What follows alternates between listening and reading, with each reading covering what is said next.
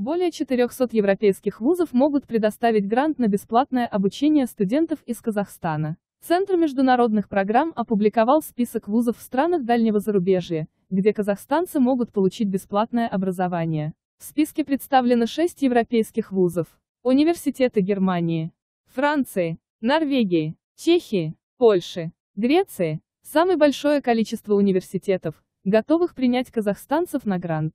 В Германии – 272 вуза, во Франции – 59, в Норвегии – 7, Чехии – 25, Польша – 42, Греции – 30, всего 435 вузов.